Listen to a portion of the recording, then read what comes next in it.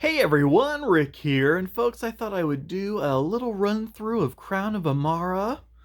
Now, I'm doing this so unprofessionally. I have a little tripod here because I want to get the full setup and everything, but that's one of the things I'd like to invest in is some better equipment, like some kind of overhead mount or something, so you can actually see what's going on here while I'm being hands-free. So we're going to play Crown of Emara solo, and I'm not a huge solo fan. Believe it or not, I really, like, I play games by myself all the time, and that's out of necessity, not out of, wanting to.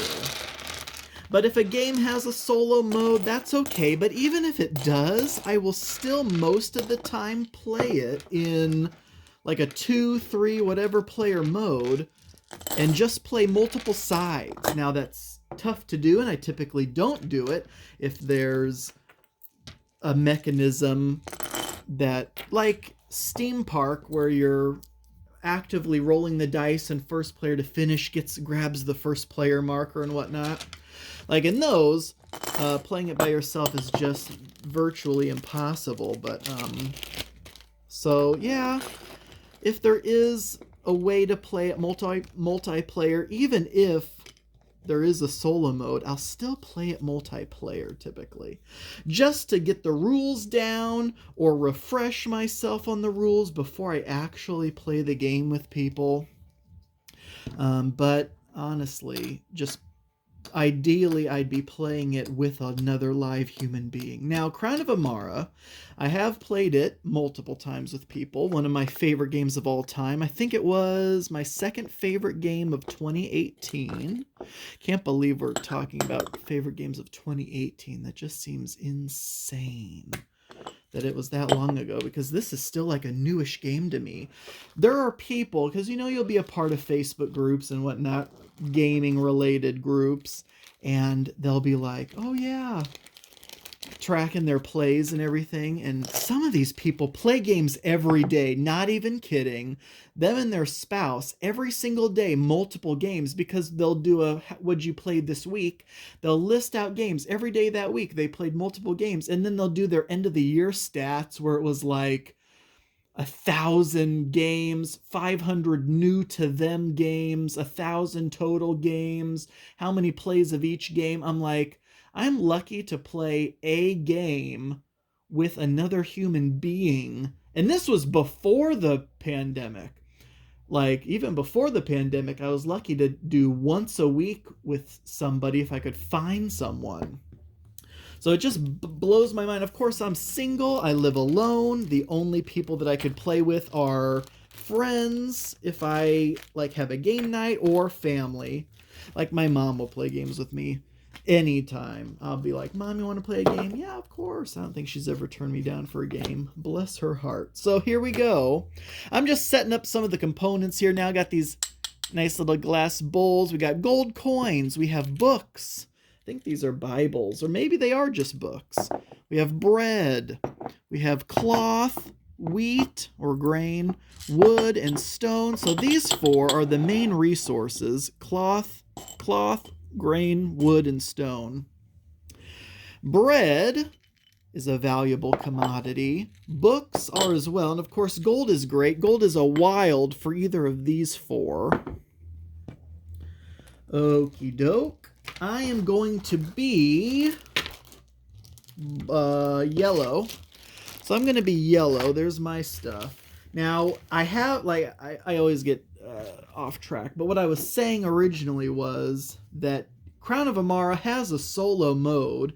I have played this with other people, love it, and when I have played it by myself in the past, I've always done the multiplayer playing against myself kind of thing, but I've now played this solo twice, and I've enjoyed it solo. Because this game, I just love the actions you get to take in this game and puzzling the actions out. So, just doing it solo allows me to get through a game pretty quick, and then I can play it again and again and again. Oh, I need one more glass little bowl here. For our noble rings. Fantastic little noble rings. And take these other pieces out of here because we're going to need those. All right, now we can start setting up the board. Okay, so I should be keeping track of what my scores have been. We'll put this nobility track up across the top there. Yeah, I should be keeping track of what my solo scores have been, because there's a campaign mode. There's actually 2 solo modes in this game. Just a basic one where you try to beat your score each time, and then a campaign one where you kind of keep track and adjust the difficulty level each time. All right, so let's make sure we're doing this right. Baron, Count, Prince, Marquis or Marquess or something like that, and then Duke are the 5 different nobility types we can possibly be. And then here is the board. It's kind of like a rondel.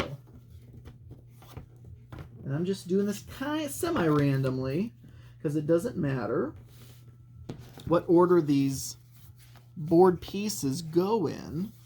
Just as long, and in fact, it is a variant, because I was going to say, just as long as you keep the countryside one to itself and then the city one to itself, but there is actually a variant where you could mix them up. I haven't been brave enough to give that a shot yet.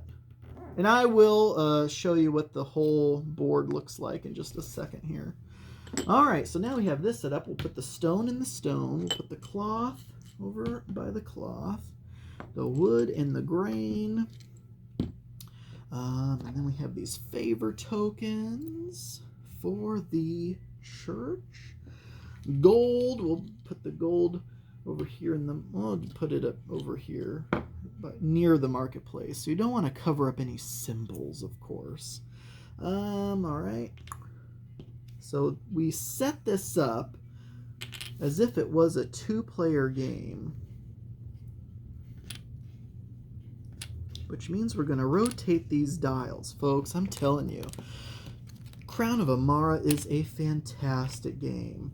Very simple to play in terms of the actions you do, but kind of, I don't know, I hate to be so cliche and say, oh, it's simple but deep, but it kind of is, because you'll see in a second how there's so much to do. All right, we'll put books over here. All right, I think we got all that set up. Now I am going to need a person, just one person, from this competing player to act as the goofy opponent that we are going up against. And then we actually set these dials up as if it was a 4-player game. Okay, so all that is done. We have our little thing here. All right, now time for the cards. Here, I'll keep one of those, I guess. Early Winter is the one that we get rid of in this kind of a game. The rest of these event cards will stick over here, and then we have A and B advisors. If you've never played this game before, you're like, Rick, what the hell are you talking about? All right, so, and we'll show off the whole board in a second, but let's actually take a look at it right now. Look at it. I just love it. It just looks so beautiful. In fact, let's zoom in back to the regular definition. Look at that. So here is the city board. Here is the village board. I love the art. It's just so like peaceful and friendly. So in this city board, there are these spaces. There's 8 of them around the board where we'll put these advisors. So this is the A advisor deck. We only use 8 of these a game. What if I do this, something like this? That way you can kind of see the whole board. But we'll zoom in and out as we go along so you can see all the actions and everything. All right, so this is the deck A of advisors. We're just going to give those a quick little shuffle and then randomly put one on each of these spaces. And then the rest of these are going back in the box. So that's it. Probably about half of them go back into the box. What are these? Okay, nothing I need. Then we have a deck of B advisors where if anyone takes any of these A's, we will replace it with a B, and all 6 of these B's will be out there. Just off to the side so that they'll be handy when we place them. Alrighty. Fantastic. We're going to do it easily, starting with a couple things here. So here's my counselors. One's going to go on that rondel, one's going to go on this rondel, and we'll show you how we determine where they start in a sec. I'll show you my little player board here as well. What if I scooch it up to about there? Put my little people here. As I take these off, it'll be worth a point. 2 points, 3 points, 4 points.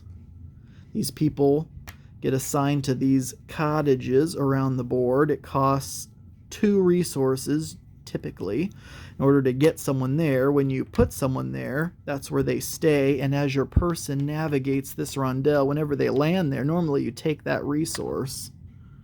So in this case, if I landed here, I would take a stone, but if you have someone in a cottage, you can either take an additional stone or transfer a wheat you already own into a bread. You can only do that one time per person you have up there.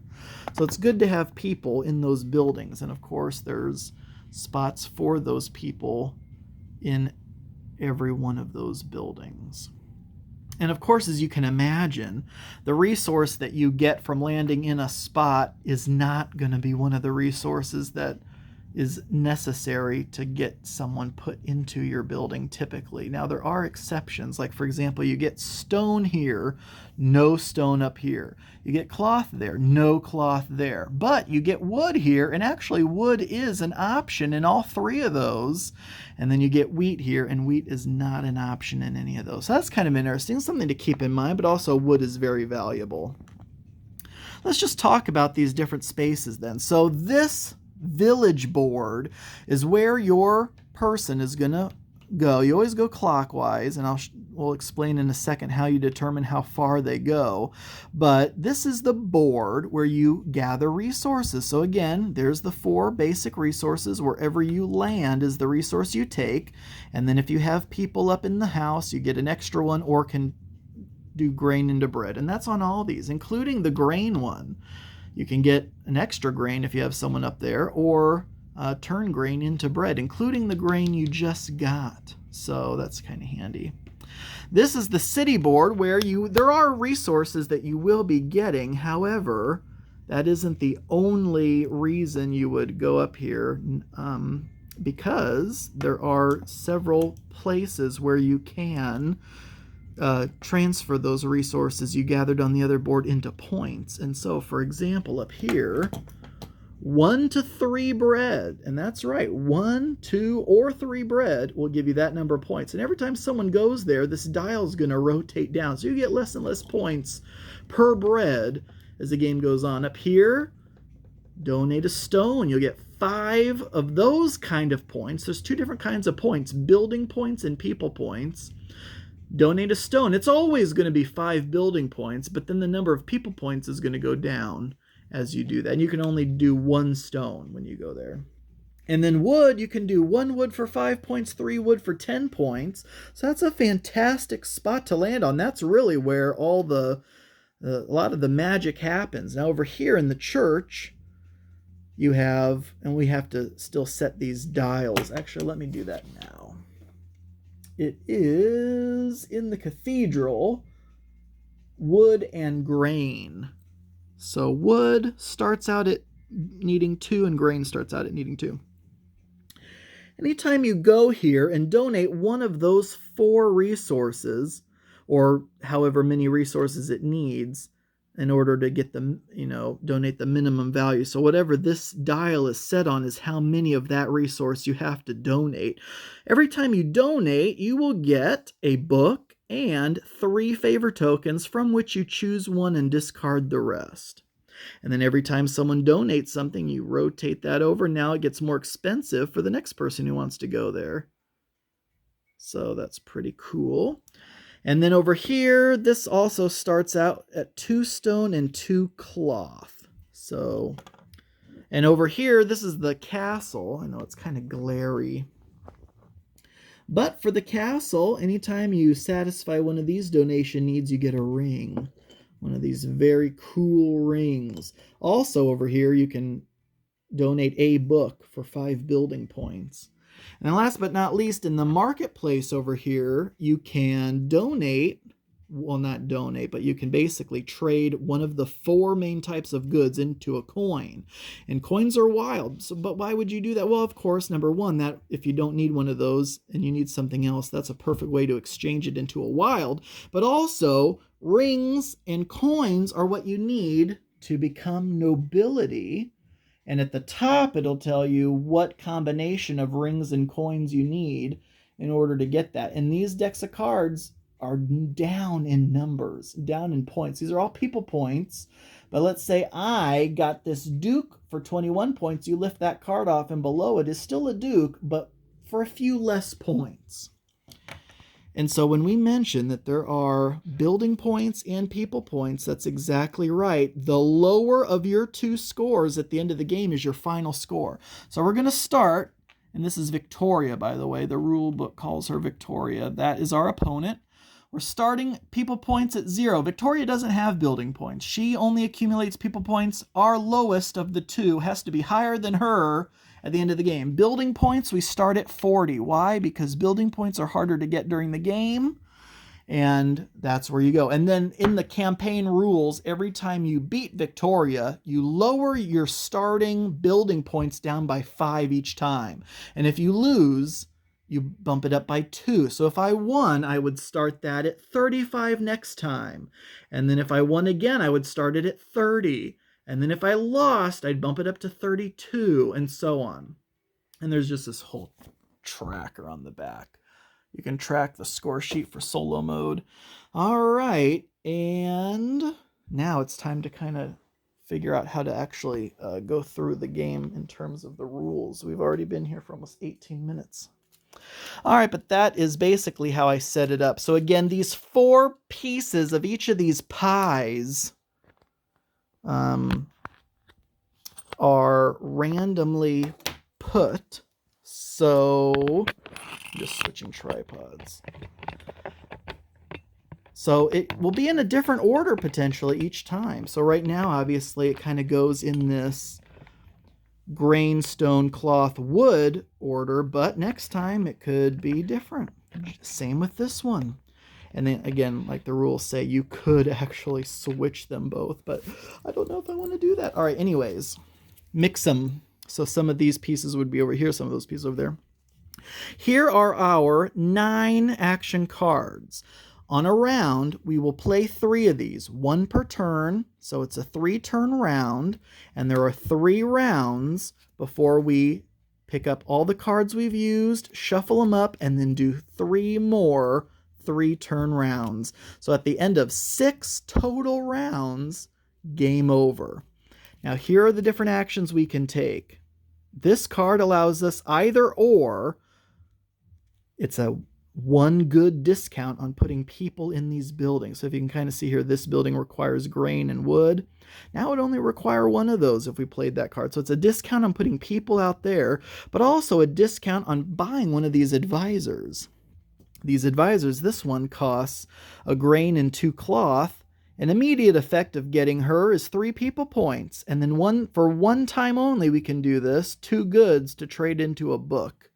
And so she costs a grain and 2 cloth, but with this card, it would only cost 2 of those resources. It would be a -1. This would give us a wheat. This would give us a ring, cloth. I'll explain this one in a second. This one, you can, without having to go to that marketplace, you can change a good into a coin or 3 goods into 2 coins. This allows you, no matter where your person is on the rondel, even if you were actively using someone over here this turn, this will allow you to take any of the 4 city board actions, no matter where you were. And that also means you could take the same action twice. Normally, when you land somewhere and you do your thing, that's it. You won't be able to use that action until you get your person back over there again. But with this card, you can use any of those 4 actions. And then this one will give you a stone, this one will give you a wood, and then we're back. So those are the 9 possible actions. Now, referring back to this one we skipped over, here's our little player board. Now, you don't need to worry about all these little icons on here. This is just end of the game. Any favor tokens, books, gold, bread, or 2 goods will be either a people point or a building point.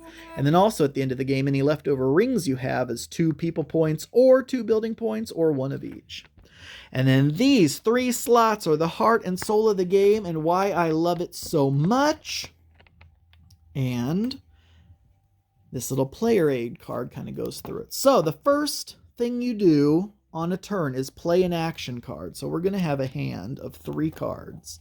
We're going to choose one to play, and we play it in one of these 3 slots. Depending where we put it, we choose one of our counselors. The counselors are these wooden people, and they will be on these spaces.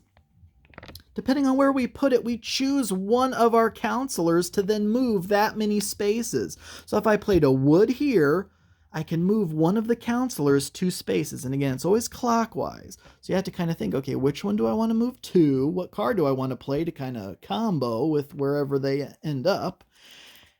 But you don't have to move them yet. And you also don't have to gather what's on this card yet, because you can do these in any order. So the movement action is actually moving them and taking the action where they land. The card action is actually doing what it says on the card, and then 3 bonus actions. 1 bonus action is to hire one of those advisors, like this one right here. Your counselor, the advisors you can hire are restricted to the 2 that your city councilor is currently in. So he's in this space. So if I wanted to buy an advisor, I would choose one of those 2. And that's why it's important. Maybe I want to move him the 2 spaces this turn, but I want one of those advisors before he goes. So I'll do this hire an advisor bonus action first, and then I'll do my movement action and then move him 2 spaces. Or who knows, maybe I wanted to move him 2 so I could get a choice of those 2 advisors, whatever the case may be. And then we saw that little baker looking guy. That's hiring someone to put in one of these 3 buildings across the village board. And lastly is nobility. Getting one of those nobility bonus cards. So you do these in any order, and then you play your next card. And then eventually you'll have played your 3 cards from your hand. You will then flip them over and draw 3 more.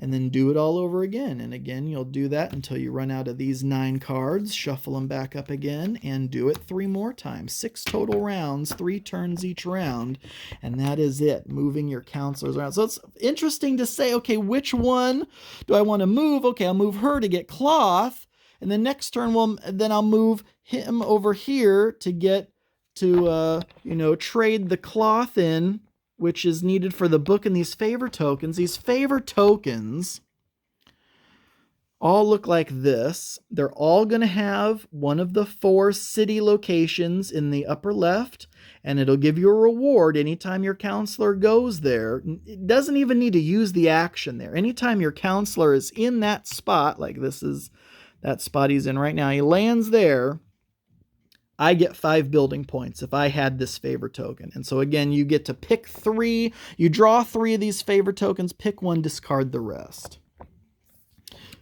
I think that's pretty much it. What are some of the other bonuses over here? We didn't talk about this. The marketplace, not only can you convert goods to gold, but books to points. And the more books you donate in one turn, the more points you get, up to 5 books and 21 points. Now I think that's all the actions. Probably still forgetting something, but hopefully you'll be able to see as we go along here. If that wasn't enough, there are also events. So I'm going to shuffle this little event deck. Now, the first card we see here is not going to be the event that we use, but it's going to tell us where our counselors start. This is how we randomly get our counselors placed. Okay, so here it is. Here's the first, not event, but we're going to use this card for this other thing. If it'll focus. Oh, come on. There we go. So see over here, wheat, and over there, the crown. So we're going to start our village counselor on the wheat, and we're going to start our city counselor on the crown. And then we're going to get rid of that card. And this is the first turn event. So at the end of this round, we can trade in a gold or a ring for 4 points. So if we end this turn, end this round, it's a 3-card round. Let's see, where's the best place for this to end up? I don't know. Nothing's ideal, so we're just going to end up with something like that.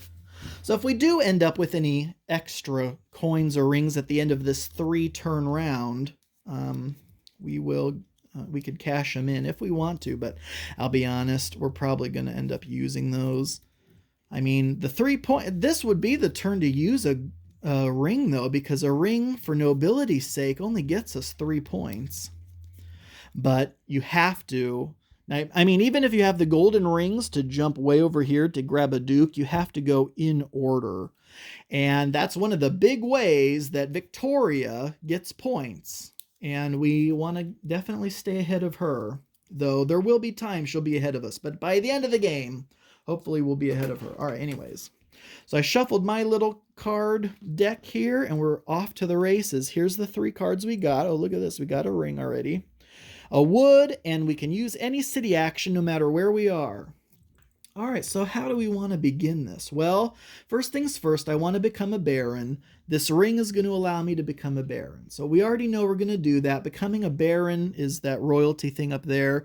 That's just, again, a bonus action. So anytime during the turn, we can trade in a ring to become a baron. But what else do we want to do? Well, we would also like to get a jump start on getting these resources as well, because again, those dial down the more and more people go there, and Victoria's going to go there starting in the 2nd round. So we have 1 round, Victoria free. All right, so let's see. There's so many things to do. That's why I don't necessarily like recording my playthroughs, because, you know, in a real-time atmosphere, when I'm playing with other people, I'm not going to sit here and ponder everything. But when I'm by myself, I'm like, what would be the best course of action to take here? Because there's so many things to do. I want to put someone over here in these buildings so I can start baking bread. So let's see. Is there something we can do here to actually get that going? Oh, that's right. And because I started out here, I actually start with, wherever you start with one of that resource. So I actually started with a grain. Ooh, okay, so here's what I'm going to do. I'm going to do this right off the bat. I'm going to play a wood in the 1 spot. Oh, yeah. I didn't even end up talking about what one of those cards was that had the 1 with the circle around it. That's an extra go. So if I put that here, I could move one of the counselors 2 spaces, and then I could move either the same counselor 1 more space and do something else, or move the other person 1 space, or I could do them in any order. So that's a very fun card. I love that card. All right, so I played this card. I'm just going to go ahead and take that now. Take a wood for playing the wood card. Then I'm going to use that 1 movement action to move my village counselor 1 space. It's going to give me a stone, which is great.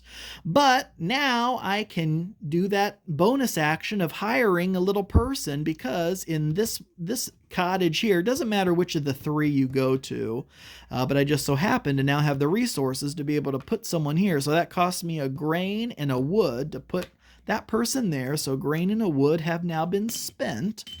And as we kind of saw earlier, for taking that guy off that spot, that's 1 point. We're already earning points here, folks. All right, Victoria, eat our dust, right? All right, so that was the whole first turn. We moved a space, played a card. Not in that order, of course. So we have a stone now. All right, so here's the cards we have left. And we can either move someone 2 spaces or 3 spaces. So if we move her 2, she gets over to wood. Move her 3, she gets over to grain. Or we start moving this guy. Move him 2. Trade in that stone. Ooh, I like the thought of that. Or 3, come over here and turn that stone into favor tokens and a book. Oh boy, you know what? Well, Victoria doesn't dial this dial down until round 2, so I think I'm going to use this stone to get a favor token for future use and start collecting books, because books will be major points in the marketplace. Oh boy, oh boy, oh boy. So what order do we want to do this in? And don't forget, we can use this at any time. So we may actually not even need to move this guy. Because what would be nice is to get some resources before we go over there. So I'm going to go ahead and play this ring card in the 2 space. So I'm just going to go ahead and grab the ring now and move her 1, 2, and grab a wood. Now I could actually hire another guy for a stone and a wood and put him there, and that's very tempting, but honestly, I kind of want to save these and spend them over here. Oh boy, and don't forget I could hire an advisor, but I don't quite have the resources to do that quite yet. So we moved 2 to there, grabbed a ring, grabbed a wood. No advisors to get right now. We could hire a guy for one of those buildings, but I don't think so. I think instead we're going to keep our resources, and I am going to play this. So I'm going to cash this in. Even though it would be worth 4 points, I'm going to cash it in for 3 points. How does that sound? That sounds like a good idea. Instead of taking 4 points, I'm taking 3 points. We just became a baron. Why? Because I want to get a jump start on this nobility thing, because Victoria's gonna start becoming nobility herself. As you can see, these cards actually fit right over your person, so now it looks like they're wearing the crown. Because again, you have to go in order. So if I want to become a count, I can't until I became a baron first. So even though I'm taking a 1-point loss, I definitely want to get going here. All right, so here we go. So that was that. We have now become a baron. It's our 3rd turn, and here we go. Look at this. So this is going to go here for 3. And we're going to move the city councilor 1, 2, 3, and now he's over here. We could donate wood, but don't forget it still costs 2 wood because we had to start that out at 2 to get a benefit here. And we only have 1 wood, so we're going to do the stone instead. 1 stone is all it took, but we're going to rotate that down. So next time it'll take 2 stone. So we're spending the stone there to get the benefit over here, which is we've now collected our first book. I think they're Bibles. And then we get to take a favor token. All right, so here's the 3 favor tokens. Ooh, they're all very different because there are duplicates. Anytime we go to the church, we get a book.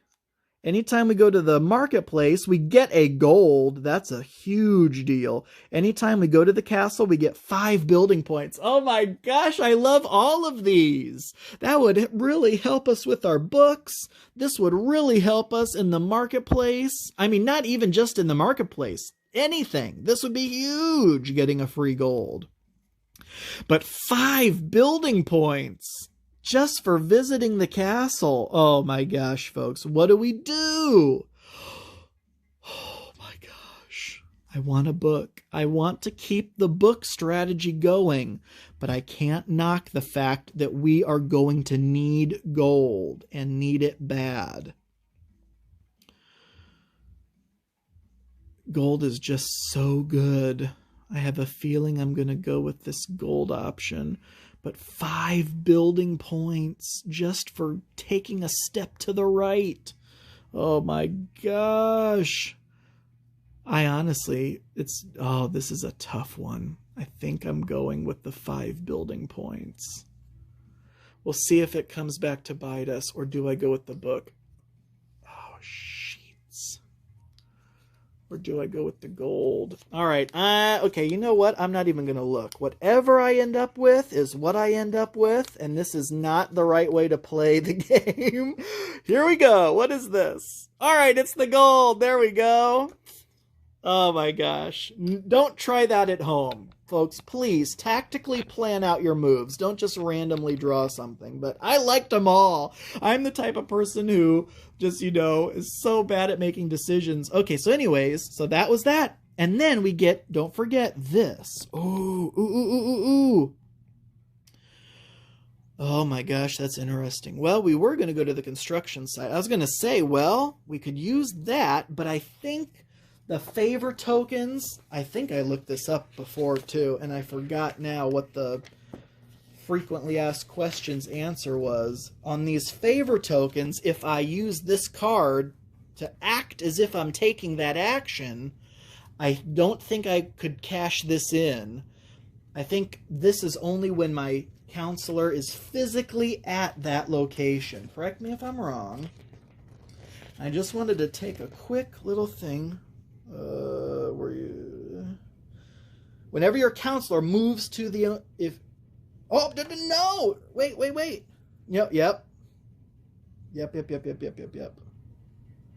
Yep. So no. You absolutely can. Right here. You can take that token's reward whenever your counselor moves there, or when you perform that location's action using a card. Oh my gosh, does that make a difference? Well, we didn't have one that had this symbol on it, because that's what I was going to do, was trade this wood in for 5 building points. But does that change what we're going to do here? Oh my gosh, I'm sorry. Do I go back? No. No. We're not going to go back. So I am going to keep this for the future, for future use. And then I am going to use this to say that we took what? Which action? I was going to trade wood in for 5 building points, but now I'm not so sure. Maybe trade 1 wood in for a ring. I think that's what I'm going to do. So I'm going to use this castle's action, which if we had that castle token would have meant we would get 5 building points, but we didn't do that, so I'm trading this wood in. So we're going to dial this down. What does coming here do? Gives us a ring. So here's another ring, and here is where we can cash a ring in for 4 people points, but I'm actually going to save it now, because as soon as we get a gold, we can trade the ring and the gold in for 6 people points. All right. So that's what we did, and that's what we're going to live with doing. Okay, so I swear I'm so sorry. This tripod is a mess. Better than the first one that I originally had this phone on at the beginning of this video, because that just completely snapped. And now the one that it's on now is on its last leg, no pun intended. Okay, so anyways, that was it. So here we go. Let's make sure we're doing everything right, because I know I'm so scatterbrained. We're going to take these 3 cards and turn them upside down, and that was the first round. And now we take another event card. So that event is done. This event, at the end of the round, we can trade in a grain for 2 people points, or 2 grains or a ring for 5 people points. Oh my gosh, look at that. Look at that. Good thing we didn't do this. Can you imagine if we did this, a ring for 4 points, and then the very next round we could have done a ring for 5 points? Get out of here. But now, 2 grain is worth 5 people points. Anyways, here's the 3 cards we drew. Oh, there's a grain. Here's one that gives us a discount on hiring people and advisors. And here is that one of my favorite cards that lets us move an extra space. Gotta love that one. All right, so where are we, and what do we want to do? Well, we have a ring, and don't forget, Victoria acts this turn. What does Victoria do? She becomes the royalty, so she'll become a baron, and then she acts as if she donated a bread and a stone. So she's going to get, unless we come here and do this first, she's going to get a lot of points. We want a stone. We absolutely want a stone. We want wheat to bake bread so we can go there and donate the bread and donate the stone before she has a chance to cash in on those points. We want to get there before her. Here's the wheat. We have the advisor, or we have the guy over here that'll let us turn that into bread. This is also the space where we get the stone. So we want to move her 1, 2 to do all that. And then we're going to want to move this guy 1, 2, 3 to get over here and do those things. So that we have the 2 and the 3 all plotted out here. Oh my gosh, we should do those first, honestly, because if we do one of them with a 1 and move them 1, and then all our numbers get all messed up. So let's do those first, get those out of the way. So here's first things first. We're playing a grain into the number 2 spot. So we're going to take a grain, and we're going to move 1, 2. Now we're going to get a stone for coming here, and we could take a second stone, or we could turn a grain into a bread. Let's turn the grain into a bread. Gosh, look how freaking delicious that looks. Oh my God. Okay, that was it. Now we have to decide which card we want to use for this guy. We actually may want to hold off on him now. So she's done, and we're going to want more resources. We're going to get a cloth. We can get a cloth and a wood by using this card. A cloth and a wood would allow us to get a couple different advisors here. Because this is the card that lets us get discounts on advisors or the guys.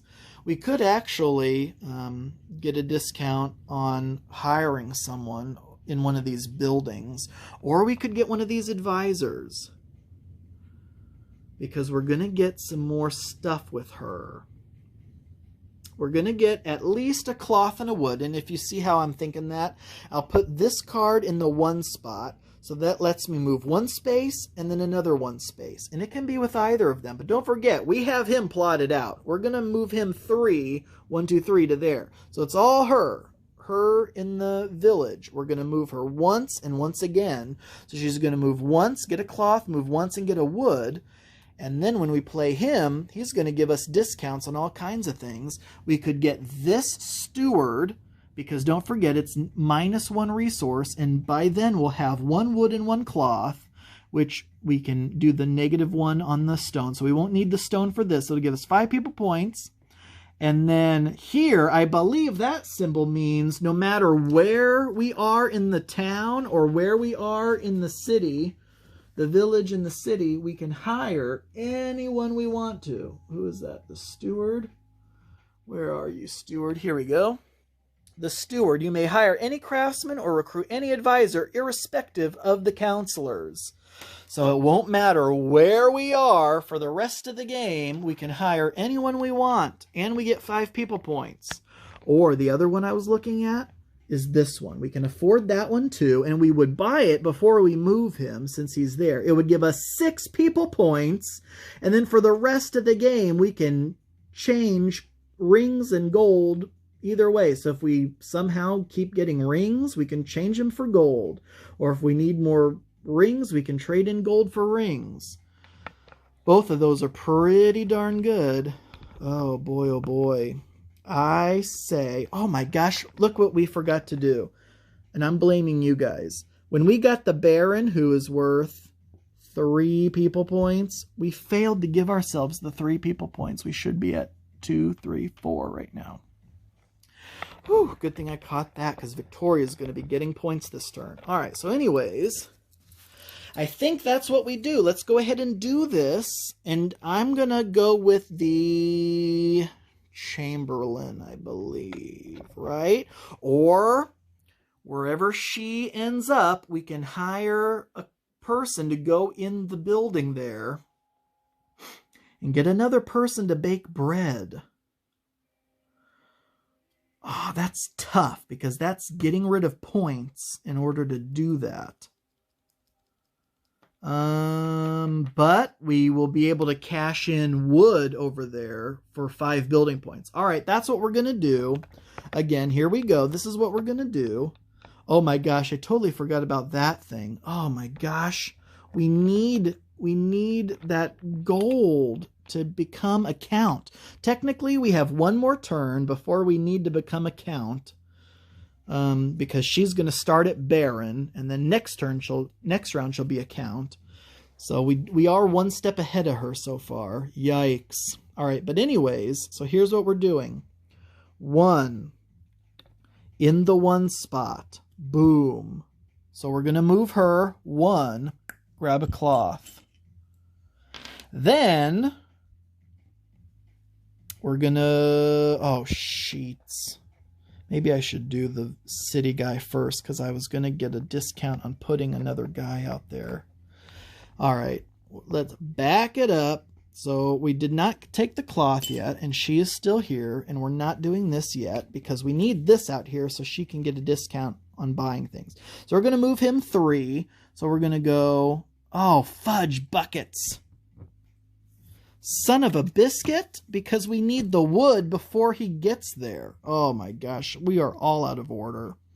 Well, then I guess we don't hire a person there. I really don't want to hire a person over there. Why am I so against that? Because if we're here and we do things, it would take 2 to get over there. It would take 2 to get back over here. Whereas if we have 2 spaces here, we can get to either, we can double dip because we can move here for 1 and do this. And then later in the turn, we can go 1, 2, 3 and come back over here. So it's 3 to come over here and 1 to go over there. So we can do that twice in a turn if we want to. Whereas if we have a person over here and a person over there, it's 2 to get over there, 2 to get back over here. And there's only 1 time we can do that unless we again have this card, but that only comes out twice a game. So, but I want those 5 building points from the wood because I really want to triple dip into that. All right, so that's what we're going to do. We are actually going to do her first. Fudge buckets. That means we're not actually going to benefit from that card at all. Ugh. I don't know if I like that, but here we go. So we're going to move her 1, take the cloth, move her again, take the wood. Now, we're going to do that bonus action. Oh, wait. No. We're not going to buy that guy because we're going to trade all these resources in. So now I'm going to do this. Put this in the 3 spot and move him 3. 1, 2, 3. And now we're going to trade all this stuff in. Actually, you know what? Yeah. We're going to trade... Oh. Ooh, look what we're going to do. We actually are going to benefit from this card. 1 thing less to hire one of these guys. Even though I didn't want one of these guys over here, I'm going to benefit from the card, trade in this cloth that I really didn't have a plan for. So then we can take one of these guys, put him in this one because it costs 1 less. So forget about that wood. It just cost us a cloth. Boom. And of course that gave us 2 points for doing that. So we're up to 6. Now that we're over here, look at all these things we're going to cash in. So we're going to cash in 1 bread. Of course, you'd like to have 3 bread when you come here because that would be 21 points. But we're cashing in a bread for 7 points. So that rotates down to 6. And we'll give ourselves 7 points. So 7 plus 6 is 13. So then we cashed in the bread. Now let's cash in the wood. The wood is a flat 5 building points. So now we're moving up our building points to 45. And then we're cashing in the stone. The stone is 5 more building points and also 5 people points. Rotate that down. So 5 more people points to 18. Nice. So we are now at 18 on the people points and 50 on the building points. Now, are we forgetting to give ourselves any more points anywhere? Don't forget, we still have a book. We still have a gold waiting there for us. We still have this ring. We're going to become a count soon. And that is the end of this round. So, if we could cash in a ring for 5 points right now, but no, we're not going to do that. We're going to save our ring. And we have no wheat or grain. So now it's time to move Victoria. Victoria acts as though she has become a baron first. So that's 3 people points for her. Then she acts as if she traded in a stone. 4 more people points, up to 7. And 6 more people points for the bread. So 6 plus 7 is 13. Look, she's gaining on us. All right, so that's what she does now at the end of each of these rounds. Except at the end of round 6, the final round of the game, she does not become a duke. She stops at Marquis at the end of round 5, but she still donates these 2. But we got there ahead of her, and we got the bigger points for doing that. So she can go anyway. As if you can't tell, me and Victoria just are not close. Not as close as we used to be. Okay, so now it is time for a new round.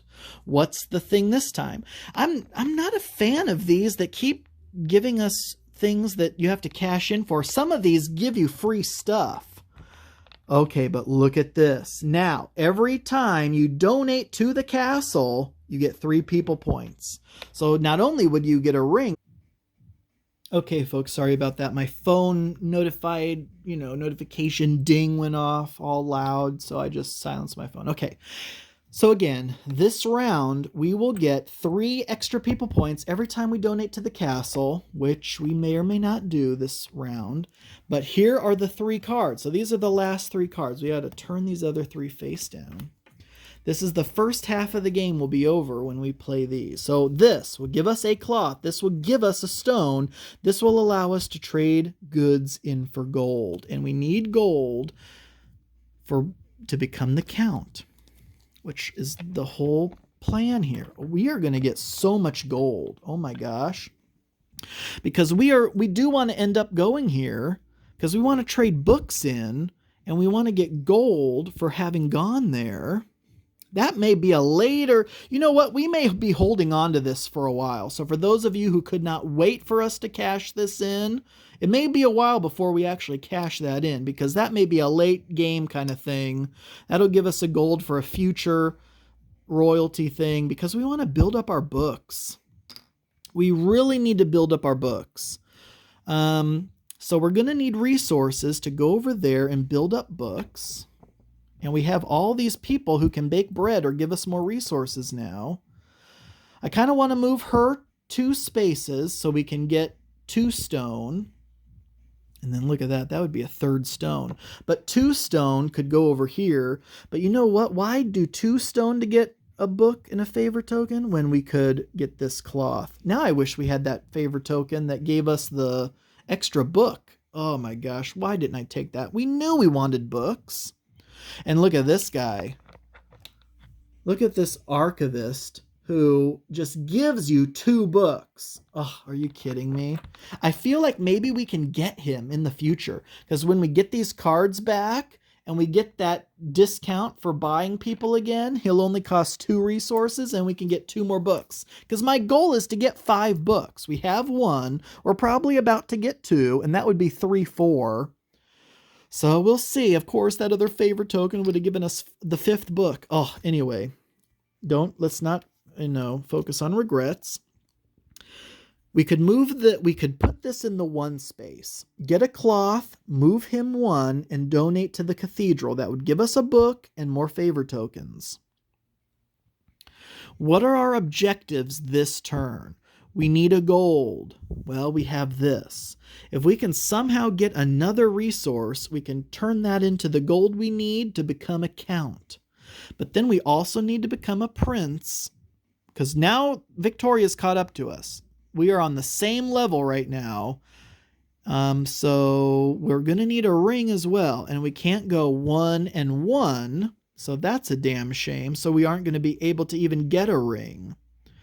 Do we forego, unfortunately, getting the freaking book again to come over here? Of course, coming over here is good. We would get the ring. We would also get 3 more people points for donating there. Fudge. You guys, I have a bad feeling about this. We also need grain. And I want to bake more bread. I mean, there's so many things I want to do. So many things I want to do. Okay, so I'm pretty sure we want to come here. So that's going to mean we have to move him 2 spaces. Of course, we could move him 3 spaces. Nope, we couldn't do that. So yeah, 2 spaces. That's the only way we're getting here this turn. Technically, we don't have to come here this turn. Why am I so adamant that we come here this turn? Because there is that benefit for getting a ring. Let's come back to him. What else can we do? Well, we can get gold. We need a gold no matter what here. For sure, we need a gold. We also want to bake bread. Baking bread and donating the stone isn't super important this turn because when Victoria does it and the dials go down again... Oh, wait. Yeah, I guess we do. I was going to say on the bread dial, it's 5 and then it'll still be 5. But on the stone dial, it'll be 4 and then 3. So do we try to stay ahead of her on that? So first of all, we are going to become a count. We need a gold. We do want more books. Let's go for it. Let's do it. I'm doing this right now. We are going to take a cloth from the card action. We are going to use the movement action to move this guy 1. And now we are going to donate this cloth, which is the last one of these that only needed 1 good. Rotate the dial. Take our second book. And then take 3 more of these and pick 1. I think I was thinking we needed to come here for the ring, but we already have a ring. I think I'm thinking too far ahead. When we become a prince, we're going to need another ring, but we're good for now. So we actually did not need to come here yet. Now here's 3 more choices for us. And let's pick a little more wisely this time, okay, you guys? Every time we go to the castle, we would get 3 points. Every time we go to the church, we would get 5 building points. And every time we go to the builders area, the construction site where we're donating all the stuff, we get 5 more building points. I'm going to take this one because even though we'll probably go to those 2, we know for a fact we're going to this one. So we're going to take this one. And, you know, there you have it.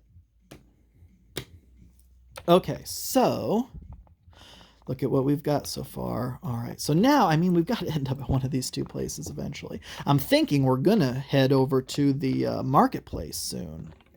Or maybe not, we'll see. So we can move 2 spaces and 3 spaces. And here's what we have left. I say we move 3 spaces with this guy because that'll get us over there. And then we can donate this stone and also turn something into gold.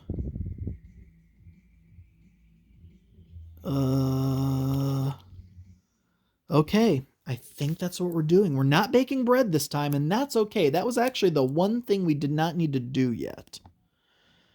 Oh my gosh, we're going to end up with so much stone. I wish we had some grain. I wish we could have moved 1 and then another 1, but that ain't happening. Unless we move 3 and then 2. Nope, not going to happen. All right, so here is what we're going to do.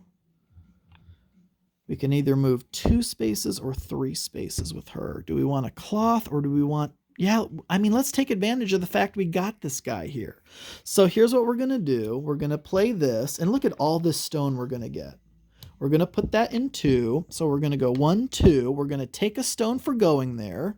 We're going to take a second stone for having a person there. And we're going to take a third stone because the card we just played.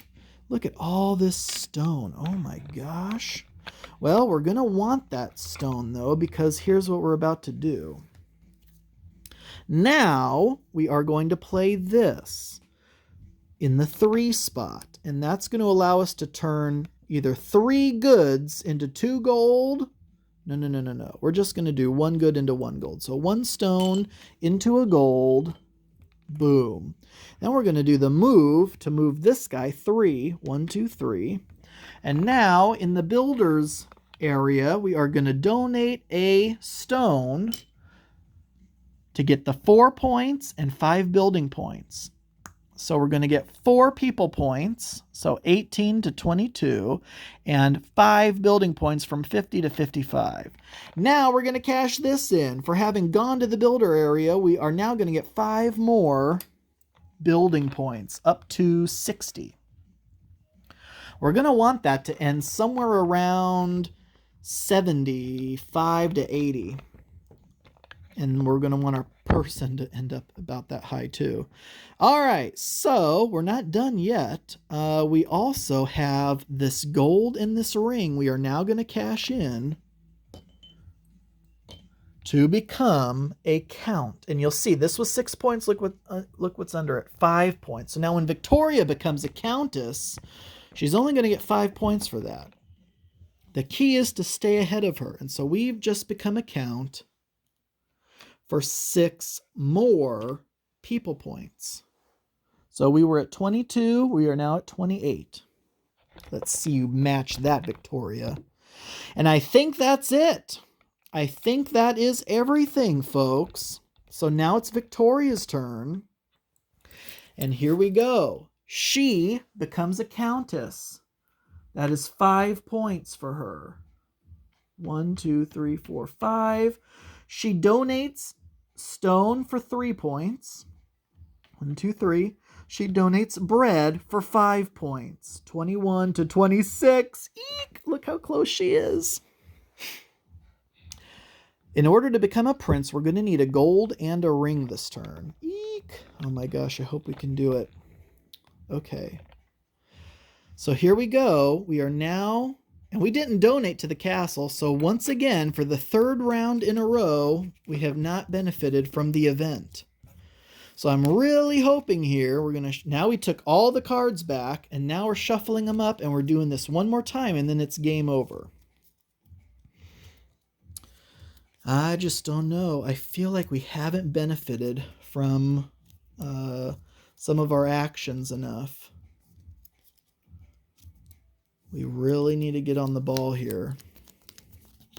Okay, so I shuffled these all up. We're drawing 3.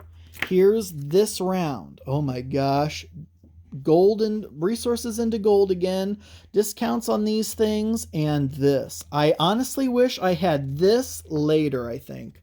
Because again, my plan for this is to get this guy with the books. Oh boy, oh boy, oh boy. Oh, geez Louise. Because we're going to want...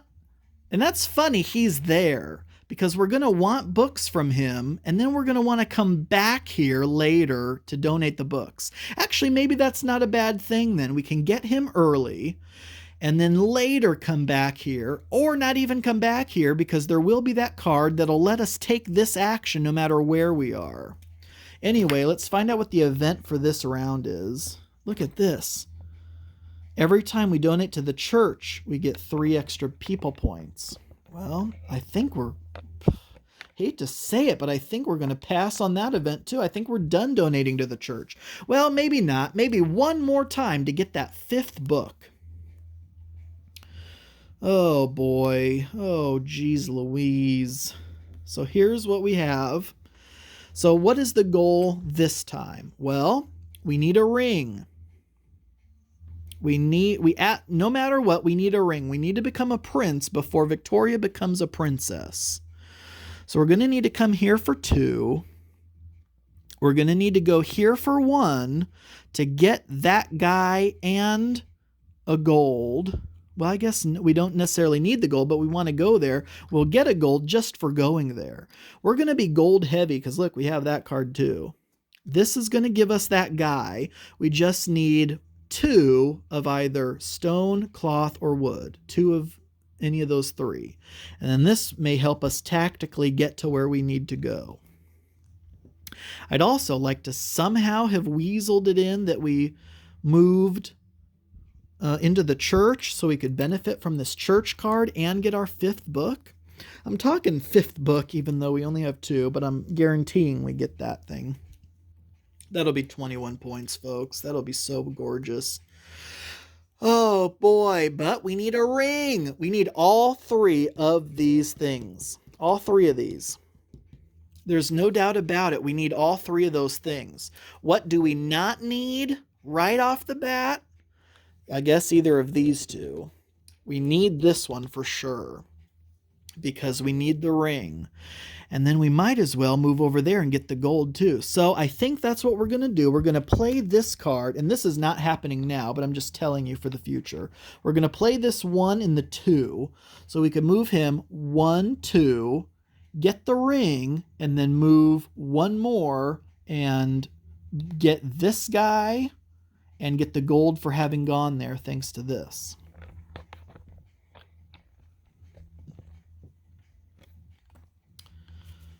But we're going to need a lot of resources. We're going to need 1 wheat. So we're going to need to move her 3 spaces to the wheat. So we can get a wheat before we get here. And then we'll be good. We will be golden. Do we also want... I don't think we even have the ability to donate anything over there this time. We may have to forgo donating anything this time. We're going to need lots of gold and a ring later. A card will give us a ring in the future. So the ring is probably safe when we go up to get the marquee. And now it's just all about getting the valuables. So I actually like this plan. Let's see if we can work this out. I know I've said half of it in my head, so I'm sorry if it hasn't translated. Here's what we're going to do. We are going to play this in the 3 spot. That will allow us, I'll do this right now, I'm going to turn this stone into a gold. We're going to need lots of gold here coming up. Then I'm moving her 3 spaces, 1, 2, 3, and she's going to get a wheat for doing that. Then I am going to move him 2 spaces and then 1 for the, just like we talked about, 1, 2 to donate this wheat. We only needed 1, boom, for a ring. And I know it sucks because we donated to the church last turn, which that would have been fantastic. And we donated a castle this turn, which that prior thing would have been fantastic. So we're doing this all out of event order. But we got our ring. Now we are going to do that second thing, which is to move him again 1 space.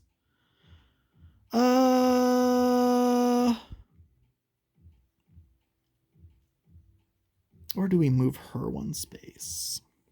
You know what? Let's not have done that yet. Well, let's say we didn't do that. Well, I guess we had to have. Yep, I think we had to have. Oh, sheets. Oh, sheets. Because I would have liked to have a good here that we could have donated at the time. But that's okay. That's okay.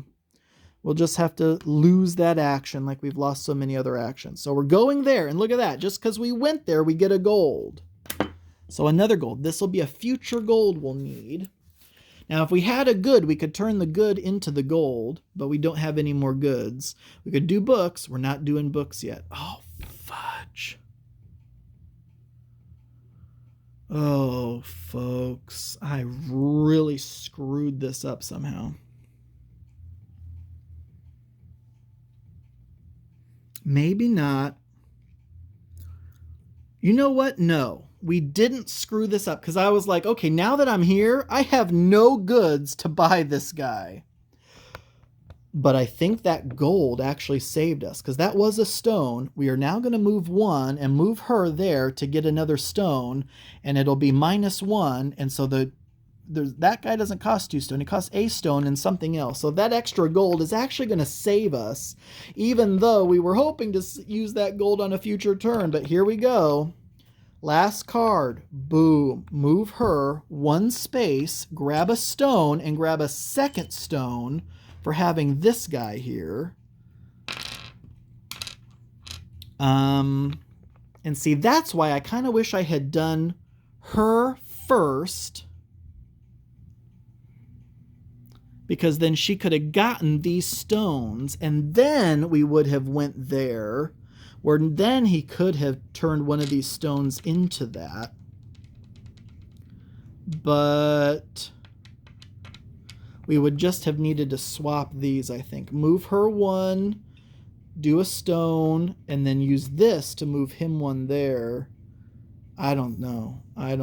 No, I guess it would have been, yep, we can't go back and do that. And I don't think it could have even happened anyway. So anyway, we're going to end up with one extra stone out of this. So here we go. Now that we're here, this guy's going to cost one less because we can buy this guy as a bonus. So we're going to buy him right now. And we're going to buy him for a stone and a gold. The gold is wild, so it'll fill in for the cloth or the wood.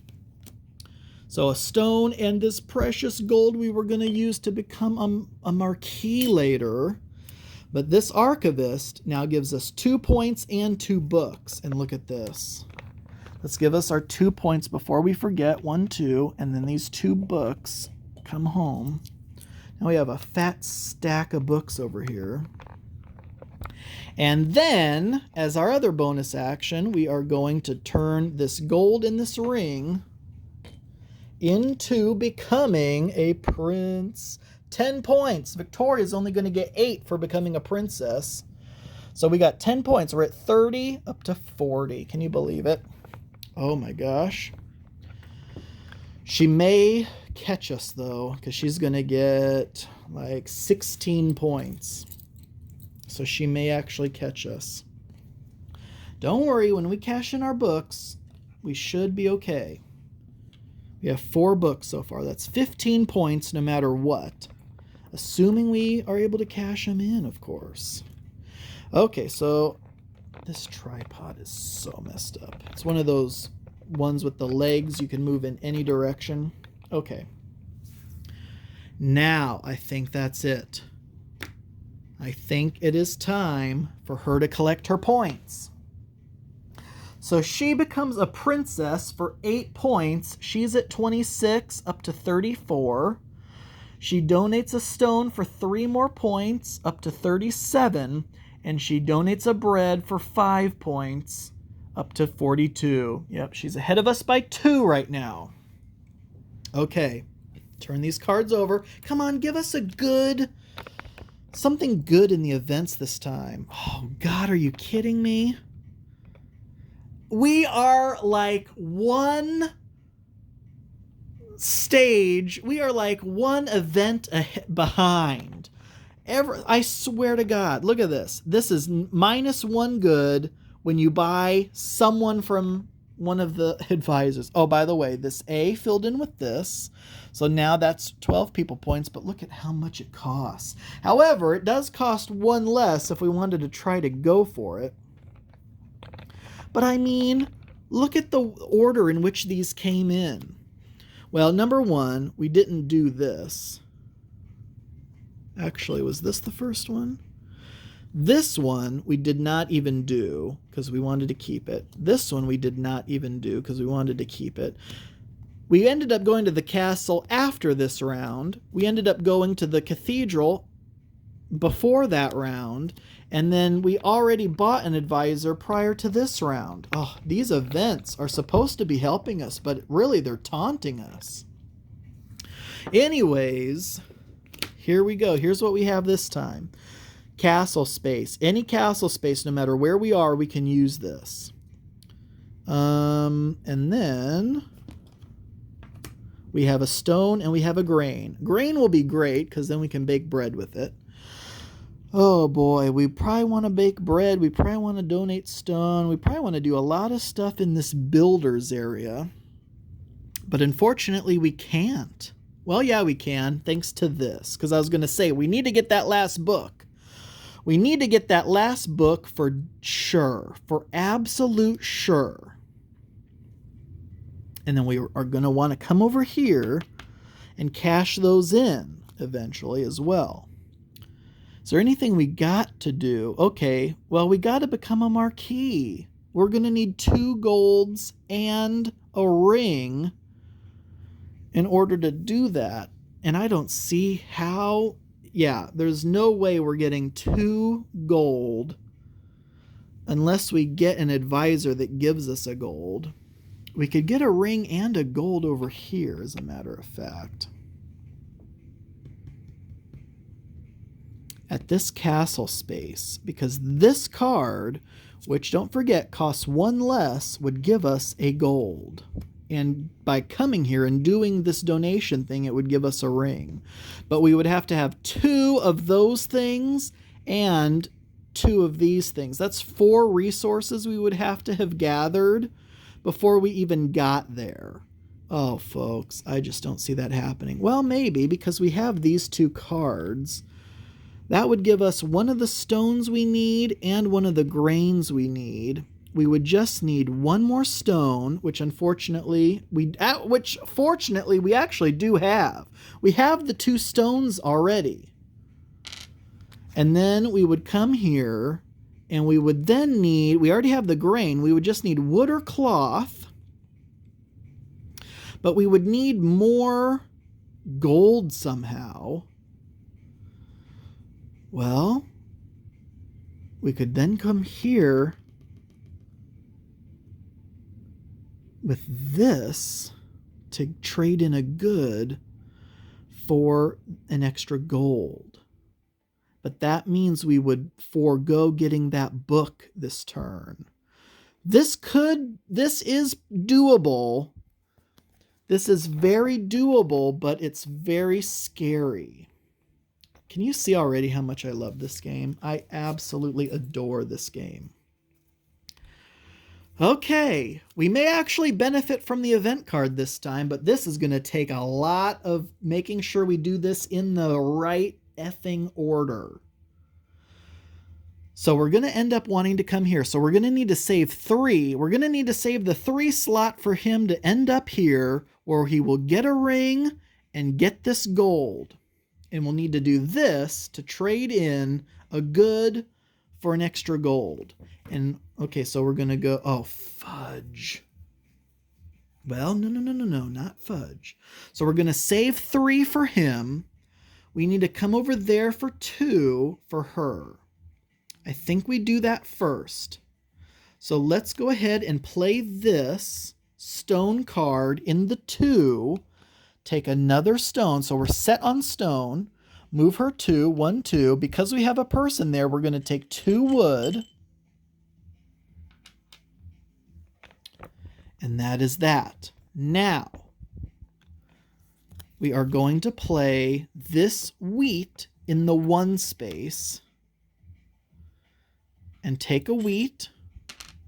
And I guess move her 1, because we can't move him 1. We're going to move her 1 and take another wheat, I guess. This extra wheat is unnecessary right now. We have a surplus of 1 extra wheat. Then we're going to play this. Am I doing this right? I feel like I'm missing something. I'm going to play this in the 3 space. That's going to allow us to go 1, 2, 3 and trade in 2 stone here, rotating that over to get a ring. We got the ring. We are then going to play this from the card we just played to activate this space where we're going to trade in, I guess we could trade in either a wheat or a wood. All we need is a wheat and a wood to get that card, because it's -1 to buy him this turn, so we don't need the cloth. So we just need a wheat and a wood. So now we're using this space, thanks to this card, to trade in a wheat or a wood. We can't do both, to get that gold. This could matter. Which one do we want more? I say we trade in the wheat. Even though the wheat will end up being bread and being people points, we're going to get a sheet ton of people points from the books. So I think we want to save this wood for building points later. So let's use this space from this card here, Marketplace, to get the gold from that. Now, we're going to do a bonus action of buying an advisor for 1 less than it normally costs to get this guy. The Master of Coin, he's going to cost 1 less than he normally costs, so he's not going to cost the cloth. He will cost the wood and the grain. So now we have him. He gives us 6 people points and a gold. So let's do this. We're at 40, so we're up to 46 and another gold. Now, we're going to take the other bonus action. If you could only see the crazy legs of this tripod. To trade in 2 golds and a ring to become a marquee for 15 points. And now we have become a marquee before Victoria. And that's 15 points plus 46 is 51, 61. We've now eclipsed our building points. And this is why, oh God. Now those books, I mean, the books still matter, but maybe we don't focus on getting the 5th book now, because now our people points are pretty much good. We're really, really, really going to need building points now, because building points were always the harder thing to come by. I say we try to get that 10 building points worth of building points from the construction book. Anyways, so that was good, right? Look at that. We are now at 60 and 61 people points, building points. Victoria's way down there at 42, but now she gets all her points. And this is why it was so important that we got that marquee first, because now she becomes a marquee, or a marquess, or whatever it is, for 12 points. 42 to 44, 54. She donated a stone for 2 more. She donated a bread for 4 more. 1, 2, 3, 4. She is neck and neck with our building points. The good news, that's basically it for her. She does not become a duke, because we're heading into the 6th and final round. She does not become a duke in the 6th round. She's only going to get stone points and bread points, which if we don't go there first, she gets 6 points. So her final score this game is going to be 66. So we need, 6 more people points to beat her and 7 more building points to beat her in this final turn. So we are going to max. So no, forget it. We are not going to go after the 5th book anymore. We need building points. These 4 books are going to be more than enough. We need to come up with 2 more wood. Oh, good God. Oh, boy, oh, boy, oh, boy. Okay, look at this. Here's 1 more wood. Oh, sheets. We need to come up with the stone. Because I'm just trying to think, how in the world are we going to come up with 7 building points? We're going to get 5 from donating 1 wood. And we already have a wood. You can't... I don't know if we're going to be able to get 3 wood, though. Maybe there's a way we can get a gold and pretend it's a wood. And the reason I say that is because we are going to need, if we move her to 3, we will get 2 more wood. We move this guy to 2, but then he's stuck because we used her to get to 3, and we'll never get back here to get the book people points. Oh boy, oh boy, oh boy, oh boy, oh boy. Oh my gosh. Here's what has to happen. If we want it, this is the last turn, the last round. We're not going to become a duke, but neither is Victoria, so that's okay. Here, we need to come here and cash in our books. That's a spot. And then we would have to come here to get those, trade the wood in. But that obviously would be a 1 and then another 1. So that's not happening. What would have to happen is a 1, 2, come here for 2, and then 1, 2, 3. So we only have 1 for her, and that's okay because she can come here, 1, get a stone. What are our cards? Okay, so here's our cards. Some of this is going to be worth points at the end also, by the way. We can also get a gold. Ooh, ooh, ooh, ooh, ooh. Folks. Oh boy. Oh damn it. Because we're coming here first, not there. This is where we're going last. But we can trade a good in for a gold, and a gold by itself is worth a point. All right, so here we go. I think we can do this, but it's gonna require some concentration here. Let's see. Let's get a full view of the whole board here. Okay, so here we go. Let's see if we can do this in the right order.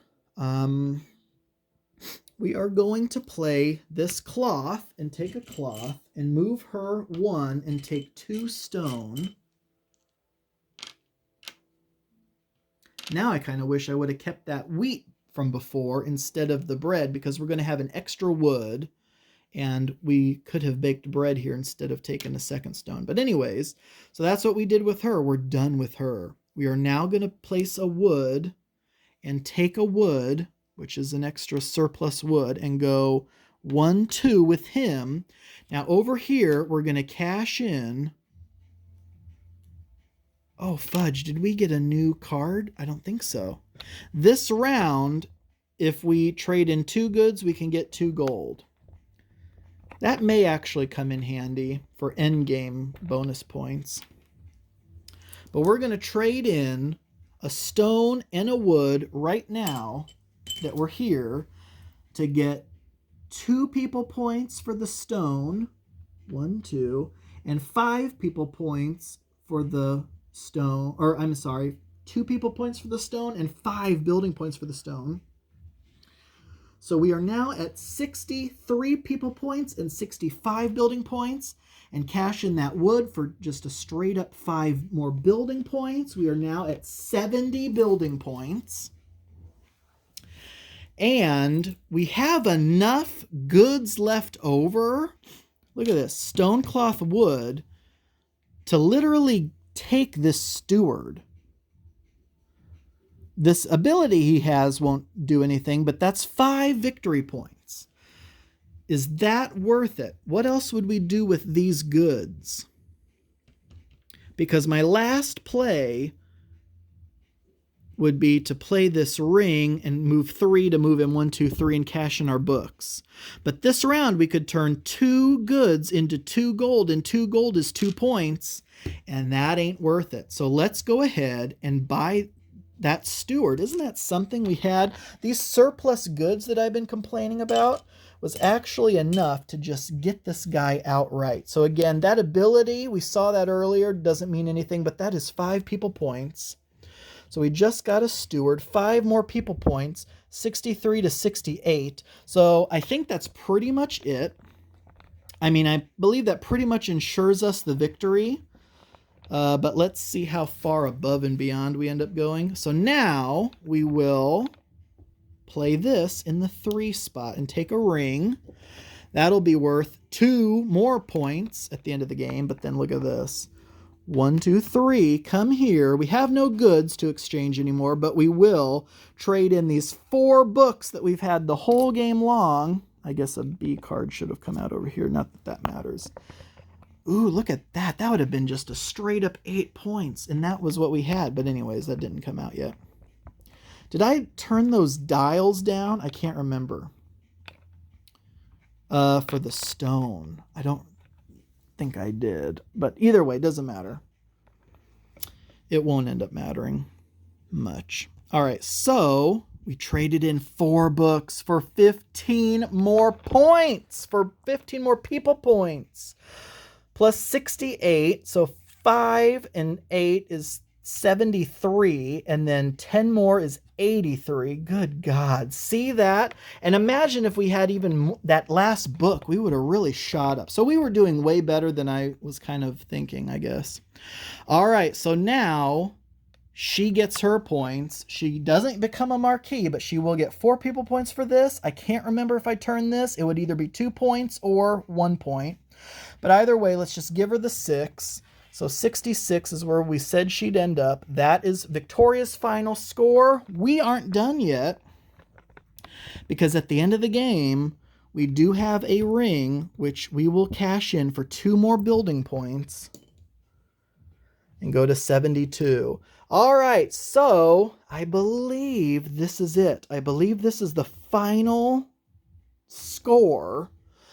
Is Victoria 66 and we 72. Don't forget, we take the lower of the two, so it's 72 to 66. So even if we started the building thing 5 points lower, we would have still beat her, which is good to know, because I think we honestly, whenever I play like on camera, and I'm sure this is the same with everyone, you probably don't play as efficiently as you could have because you're thinking about the camera and you're thinking about all sorts of things. So you're not concentrating because you're talking. But I still think we did pretty good overall. But hopefully you could get a sense of just how much I absolutely love Crown of Emara. I love it. I love deciding which counselor to move, plotting out your turn. Well, if I want to do something over here, but in order to do that over here, I'm going to have needed to gather these resources, but can I move her 2 and still move him 3? Like, it's insane. Oh my gosh, I absolutely love it. And it was an absolute blast as always. So I'm glad we put Victoria in her place. Just glad we were finally able to do that. All right, folks, I think that is pretty much it. Thank you all so much for watching. If you want to see more of these kind of solo playthroughs, I promise I won't be so...